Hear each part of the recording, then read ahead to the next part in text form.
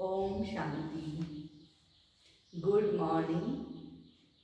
मीठे बाप दादा के 17 जनवरी 2022 के महावाक्य हैं। मीठे बच्चे, प्यार से मुरली सुनो और सुनाओ। ज्ञान रत्नों से अपनी झोली भरपूर करो,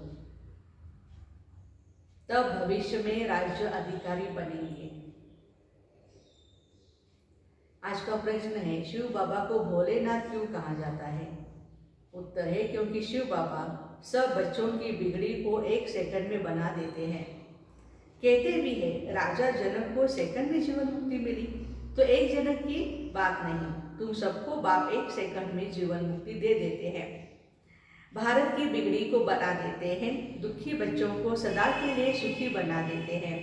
इसलिए उन्हें सब भोलानाथ कहकर याद करते हैं। शंकर को भोलानाथ नहीं कहेंगे। गीत है, भोलेनाथ से निराला, गौरीनाथ से निराला और कोई नहीं। ओम शांति। भोलानाथ बाप का बच्चों प्रति पहले डायरेक्शन है, भोलानाथ की याद में रहो। मनुष्य को भोला नहीं कहा जाता है, भोलानाथ शिव बाबा को ही कहा जाता है। शंकर को भी भोलानाथ नहीं कह सकते। जो बिगड़ी को बनाने अर्थात दुखी को सुखी बनाने वाला है, उसको ही भोलानाथ कहा जाता है। जो बिगड़ी को बनाने वाला है, दुखी आत्माओं को सुखी बनाने वाला है, उसको ही भोलानाथ कहा जाता है। बिगड़ी भी भारतवासियों की ही है, तो भारत की बिगड़ी को बनाने वाला जरूर भारत में ही आएगा ना। बिगड़ी को बनाने की युक्ति सेकंड में बतलाते हैं। जनक को भी युक्ति दी थी, बिगड़ी की कोई एक की, बिगड़ी भी कोई एक की नहीं बनती। अगर जनक की बिगड़ी बनाई है और उसने जीवन मुक्ति पाई, तो जरूर राजधानी बनेगी, राजधानी होगी, उनके साथ बहुतों को जीवन मुक्ति मिली होगी। भारतवासी यह भी समझते हैं, भारत जीवन मुक्त था। जीवन मुक्त कहा जाता है स्वर्ग को, जीवन बंद कहा जाता है नर्क को। ये है राजयोग। राजयोग से ही राजा की स्थापना होती है, एक जनक की बात नहीं। भगवान ने राजयोग सिखाया तो राजाई भी दी है। बरोबर देखते हैं सतयुग के लक्ष्मी नारायण ने राजाई कैसे पाई। अभी तो है कलयुग, प्रजा का प्रजा पर राज्य स्थापन हो चुका है। यह है पंचायती राज्य। इसके बाद सतयुग, तुम जानते हो लक्ष्मी नारायण ने आगे जन्म में ऐसा कर्तव्य किया है, तब सूर्यवंशी राजाई पाई है। फिर है चंद्रवंशी, वह तो राज्य की ट्रांसफर होती है। तुम जानते हो गीता है सर्वोत्तम धर्मशास्त्र, जिसमें 3 धर्म स्थापन होते हैं और हर एक धर्म का शास्त्र एक ही होता है। संगम का भी एक ही शास्त्र है। महिमा भी एक गीता की ही है, जिससे सबकी सद्गति होती है। तो सद्गति करने वाला एक ही है। गीता में बरोबर रुद्र ज्ञान यज्ञ का वर्णन है, जिससे इस पुरानी नर्क का विनाश होगा और स्वर्ग की स्थापना होती है। इसमें मूंझने की तो बात नहीं, बाबा ने समझाया। पहले शिव बाबा का परिचय देना है कि विश्व में स्वर्ग की स्थापना करने वाला विश्व का मालिक ठहरा, वह है सबका बाप। फिर यह लक्ष्मी नारायण है विश्व के मालिक। उन्होंने जरूर शिव बाबा ने राज्य दिया होगा। अभी तो है कलयुग, भारत कौड़ी जैसा है, कर्ज बढ़ता जा रहा है, इसलिए सोना लेने का प्रबंध करते रहते हैं। भारत फिर हीरे जैसा कैसे बनेगा? लक्ष्मी नारायण को स्वर्ग की राजाई मिली है ना, यह भी तुम बच्चे जानते हो। बाबा कहते हैं लक्ष्मी नारायण को कैसे राजाई मिली है, ये हम बच्चे ही जानते हैं। तुम बच्चे जानते हो, गालियां तो खाना ही है। वहाँ हमारे आर्मी में जवान जब लड़ते हैं तो गोलियां देते हैं, गोली मारते हैं दुश्मनों को। और हमें यहाँ बाबा कहते हैं आपको गाली खानी पड़ती है, क्योंकि अच्छा काम करते हैं तो बहुत लोगों को जजता नहीं होता। भारत में देवताएं भी गाली खाते आए हैं अभी इस वक्त, और देश वाले तो बहुत महिमा करते हैं। वह जानते हैं यह प्राचीन भारत के मालिक थे। देवताओं को गाली इसलिए कि उनके बारे में सच क्या है ये पता ही नहीं है। उन्होंने कितने अच्छे कर्म किए हैं, उस कर्म का दाय ही नहीं। इसलिए परमात्मा आकर के सभी भारतवासियों को ये बात बताते हैं, आपने जो भी भूले की है उसको सुधारो। अभी तुम बच्चों प्रैक्टिकल में देख रहे हो, तुम बच्चों में जो विशाल बुद्धि है उन्हों को खुशी होगी। विशाल बुद्धि वह है जो धारणा कर औरों को भी कराते हैं। ऐसे मत समझो वहां सत्संगों आदि में 5-10 हजार लोग रोज जाते हैं, यहाँ तो इतने आते नहीं। समटाइम ये हमें संकल्प आता है, यहाँ भीड़ नहीं होती, वहाँ कितनी भीड़ होती है। यहाँ तो इतने आते नहीं। भक्ति तो वृद्धि को जरूर पाती रहेगी, उनसे यह कलम रखता रहेगा। जिन्होंने कल्प पहले समझा है वही इन बातों को समझ सकेंगे। लोग तो कथा सुनाते हैं और सुनने वाले सुनकर फिर घर चले जाते हैं, बस। यहाँ तो कितनी मेहनत करनी पड़ती है। ये तो हीरों का दुकान है ना, हीरे लेने के लिए, डायमंड लेने की जिसकी ताकत है वही आत्मा यहाँ आएगी। तो बाबा भी कहते हैं पवित्रता पर कितने हंगामे होते हैं। गवर्नमेंट भी कुछ नहीं कर सकती। यह पांडव गवर्नमेंट गुप्त है, अंडरग्राउंड सेना एक नाम है। तुम शक्ति सेना गुप्त हो, तुमको कोई समझ न सके। तुम हो नॉन वायलेंस शक्ति सेना। डबल अहिंसक है हम। इसका अर्थ कोई समझ नहीं सकते, गीता के अक्षर का भी अर्थ समझ नहीं सके। बाबा बुद्ध बोलते हैं यह नॉलेज प्रायः लोप हो जाती है। लक्ष्मी नारायण में भी यह ज्ञान नहीं रहता। मैं जो ये ज्ञान सुनाकर राजधानी स्थापन करता हूँ वह कोई की बुद्धि में नहीं है। यह बाबा भी गीता आदि पढ़ते थे, परंतु यह बातें थोड़ी बुद्धि में थी। अभी देखो सेंटर्स भी कितने खुलते जाते हैं। पवित्रता पर विघ्न पढ़ रहे हैं, प्रैक्टिकल में आगे भी पढ़ते थे। उन गीता पाठशालाओं में विघ्न की कोई बात ही नहीं है। यहाँ तो तुम ब्रह्मा कुमार कुमारी बनते हो, यह अक्षर तो गीता में भी नहीं है। यह भी समझ की बात है। प्रजापिता ब्रह्मा के बच्चे ब्रह्मा कुमार कुमारी तो हर एक मनुष्य है, न कि सिर्फ भारतवासी ही है। परंतु सारी सृष्टि के मनुष्य सब है। सभी प्रजापिता ब्रह्मा को एडम कहते हैं, जानते हैं वह मनुष्य सृष्टि का पहला हेड है। ब्रह्मा बाबा ह्यूमैनिटी स्थापन करने वाला है। ऐसे नहीं सृष्टि होती ही नहीं, फिर ब्रह्मा पैदा हुआ, उनके मुख से मनुष्य रचे जाते हैं, नहीं। अगर कोई भी मनुष्य न हो तो फिर मुख वंशावली पैदा हो न सके।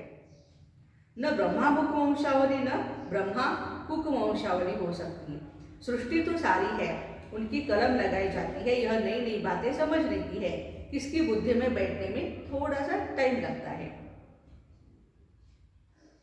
कोई तो 1 मास में भी खड़े हो जाते हैं। जैसे देखो बेंगलोर के अंगना बच्चे को कितना नशा चढ़ा हुआ है ना। वाह बाबा वाह, कितना वो भाग्यशाली बच्चा है जो स्वयं भगवान उसका नाम लेते हैं। जो हमारे पास 20 वर्ष वालों को भी नशा नहीं है, खुशी में डांस करता था, भगवान गिर गया, खुशी की बात है ना। भगवान आकर रक्षा करते हैं माया से, फिर स्वर्ग के राज्य स्थापन करते हैं। बाबा तो बहुत क्लियर समझाते हैं। मैं इस साधारण तरह द्वारा फिर से तुम बच्चों को वही सहज राजयोग और सृष्टि चक्र के आदि मध्य अंत का ज्ञान सिखलाता हूँ। तुम कह सकते हो आओ आओ, तो हम आपको सतयुग से लेकर कलयुग अंत तक की हिस्ट्री सुनाएं कि आप फिर से कैसे सतयुग आने वाला है। जरूर सिखाने वाला भी होना चाहिए। हमको सिखलाते हैं तब तो हम समझ सकते हैं ना। बाकी तो जो गीता सुनाने वाले हैं उनसे तो तुम लोगों ने बहुत सुना हुआ है, बहुत लेक्चर्स होते रहते हैं, परंतु वह इस धर्म के न होने के कारण इस तरफ खींचते नहीं हैं। जब तुम्हारा प्रभाव निकलेगा फिर वृद्धि होगी, धीरे धीरे वृद्धि होती रहेगी। ये तो जानते हैं भारत कितना कंगाल है।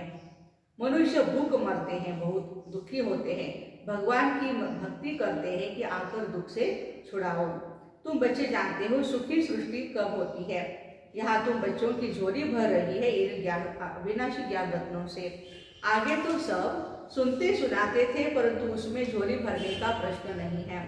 झोली अभी सिर्फ तुम्हारी भर रही है, और जो टेप सुनेंगे वह मुरली पढ़ेंगे, वह सुन रहे होंगे, वह भी झोली भर रहे हैं। तुम हो शिव शक्ति सेना, भारत की झोली भरने वाले। भारत बहुत साहूकार हो जाएगा, परंतु जो झोली भरते हैं राज्य तो सिर्फ वही करेंगे ना। भारत सोने की चिड़िया थी फिर बन जाएगी, सभी सुखी होंगे। परंतु भारत में कितने करोड़ है, इतने सब तो वहाँ नहीं होंगे। जो झोली भरते हैं राज्य भाग्य तो वही लेंगे, मना बाबा के श्रीमत पर जो चलते हैं, राजयोग सीखते हैं, वही विश्व के मालिक बनेंगे। इसमें मूझने की बात ही नहीं है कि कैसे होंगे। अरे इन लक्ष्मी नारायण को देखो ना, ये सतयुग के मालिक है ना, स्वर्ग का रचयिता है शिव बाबा, और यह लक्ष्मी नारायण सतयुग के मालिक है। जरूर आगे जन्म में पुरुषार्थ किया है, आगे वाला जन्म होगा संगम पर। संगम कल्याणकारी है ना, क्योंकि संगम युग पर ही दुनिया बदलती है। तो जरूर कलयुग और सतयुग के बीच में ज्ञान दिया होगा, सो फिर से दे रहे हैं। फिर कोई कहे कि निराकार परमात्मा कैसे आकर राजयोग सिखलाएंगे, तो तुम त्रिमूर्ति दिखाओ। ब्रह्मा द्वारा स्थापना, तो जो स्थापना करेंगे वही पालना भी करेंगे। जैसे क्राइस्ट ने स्थापना की, फिर पालना के लिए पोप भी जरूर उनको बनना पड़े, वापस तो कोई जा नहीं सकते हैं। देखो क्राइस्ट ने स्थापना की है तो पोप बन करके वो उसकी पालना करते हैं। तो बाबा आज राज समझा रहे हैं, पुनर्जन्म लेना ही है, नहीं तो सृष्टि बढ़े कैसे। जबकि सतयुग त्रेता में पहले देवी देवताओं का राज्य था, तो सबसे जास्ती आदमशुमारी जरूर इन्होंने की होनी चाहिए। देखो लेकिन धर्म ही प्राय लोप हो गया, और जो बच्चे कुछ हैं वो अपने को हिंदू कहलाते हैं। तो बाबा कहते बच्चे याद रखो आप देवी देवता घराने के हैं। फिर क्रिश्चियन की जास्ती क्यों आदमशुमारी हो गई, फिर लाखों वर्ष की तो कोई बात ही नहीं। यह सब बातें समझेंगे भी वही जो अपने घराने के होंगे, औरों को तीर लगेगा नहीं। यह ज्ञान का तीर है ना। बाबा कहते भले किसको भी ले आओ तो ज्ञान बाण लगाए, होगा ब्राह्मण कुल का तो तीर लगेगा। शास्त्रों में दिखाते हैं लड़ाई में यादव कौरव मारे गए। पांडव 5 थे, फिर हिमालय पर जाकर के गल मरे। अब ऐसे तो हो नहीं सकता है, गाया भी जाता है जीव घाती महापापी, जो खुद आत्महत्या कर कहते हैं। वैसे तो आत्मा की कभी हत्या हो ही नहीं सकती है, जीव हत्या होती है। शरीर की हत्या जो करते हैं ना, किसी बात में तंग आकर के, बाबा कहते बहुत बड़ा महापाप है। कभी भी ऐसा बच्चों को नहीं करना चाहिए।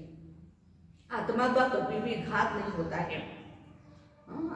ऐसे आत्माओं को शरीर भी जल्दी नहीं मिलता ना। आत्मा खुद जाकर शरीर का घात अथवा विनाश करती है। अब पांडव जनों को श्रीमत देने वाला परमात्मा था, वह जाकर पहाड़ों पर गले, ये हो नहीं सकता है। अच्छा वह तो 5 पांडव थे, बाकी और पांडव कहाँ गए? सेना तो दिखाई नहीं है। तुम जानते हो विनाश कैसे होगा, तुम देखेंगे भी। तुम बच्चों को साक्षात्कार में बहुत होंगे, शुरू में तुमको बहुत साक्षात्कार होते थे।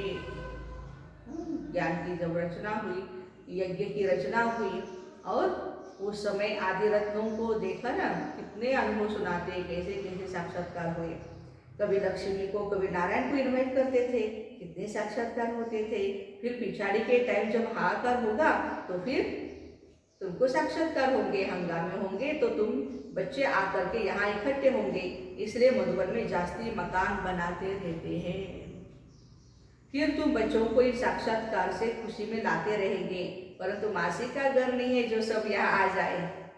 जो सपूत बच्चे बाबा के मददगार होंगे वही आएंगे। अगर पांडवों के गलने की बात होती तो फिर मकान ही क्यों बनाते।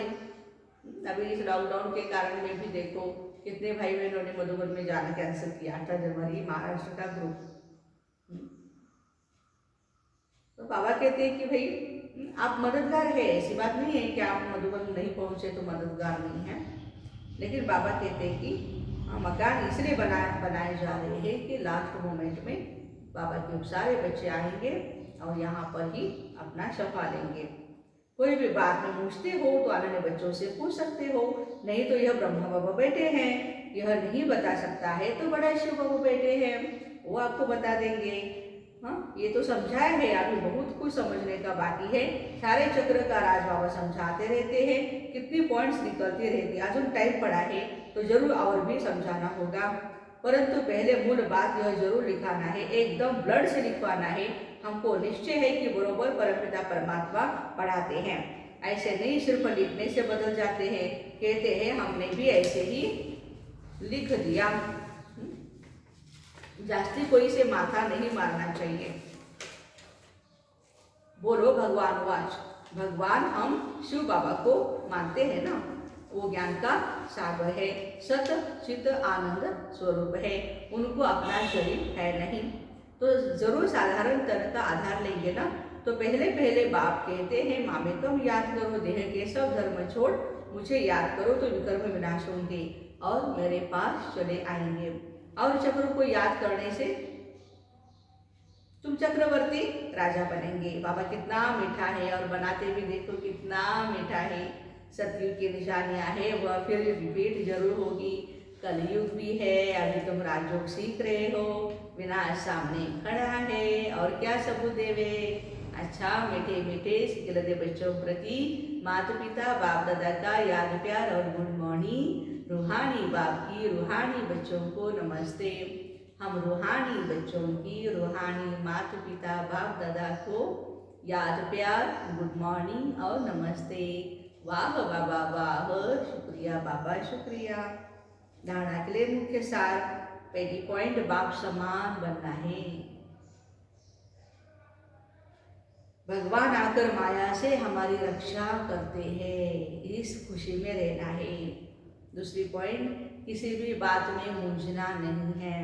सपूत बच्चा बन बाप का पूरा पूरा मददगार बनना है। वरदान, ब्रह्मा बाप के संस्कारों को स्वयं में धारण करने वाले स्व परिवर्तक स्व विश्व परिवर्तक भव। विस्तार, जैसे ब्रह्मा बाबा ने जो अपने संस्कार बनाए वह सभी बच्चों को अंत समय में याद दिलाए। निराकारी, निर्विकारी, निरअहंकारी। तो यह ब्रह्मा बाप के संस्कार ही ब्राह्मणों के संस्कार नेचुरल हो। सदा इन्हीं श्रेष्ठ संस्कारों को सामने रखो। सारे दिन में हर कर्म के समय चेक करो, तीनों ही संस्कार इमर्ज रूप में है। इन्हीं संस्कारों को धारण करने से स्व परिवर्तक सो विश्व परिवर्तक बन जाएंगे। मनसा में निराकारी, वाचा में निरअहंकारी और कर्मणा में निर्विकारी। ये तीन बातें हमें हमेशा याद रखना है, तभी स्व परिवर्तक सो विश्व परिवर्तक बन सकते हैं। आज का स्लोगन है, अव्यक्त स्थिति बनानी है तो चित्र को न देख चैतन्य और चरित्र को देखो। अव्यक्त स्थिति, ब्रह्मा बाप समान अव्यक्त स्थिति बनानी है तो चित्र को माना शरीर को न देख चैतन्य आत्मा को और उसकी आदि जो हमारे चरित्र है उसको हम देखते रहे। लौलीन स्थिति, बाप का आप बच्चों से इतना प्यार है जो जीवन के सुख शांति की सब कामनाएं पूर्ण कर देते हैं, है ना अनुभव सभी को। सब कुछ बाबा देते हैं बच्चों को, अब दिया भी है। बाबा सुख ही नहीं देते लेकिन सुख के भंडार का मालिक बना देते हैं। साथ साथ श्रेष्ठ भाग्य की लकीर खींचने का कलम भी देते हैं। जितना चाहे उतना भाग्य बना सकते हो, यही परमात्म प्यार है, इसी प्यार में समाये रहो।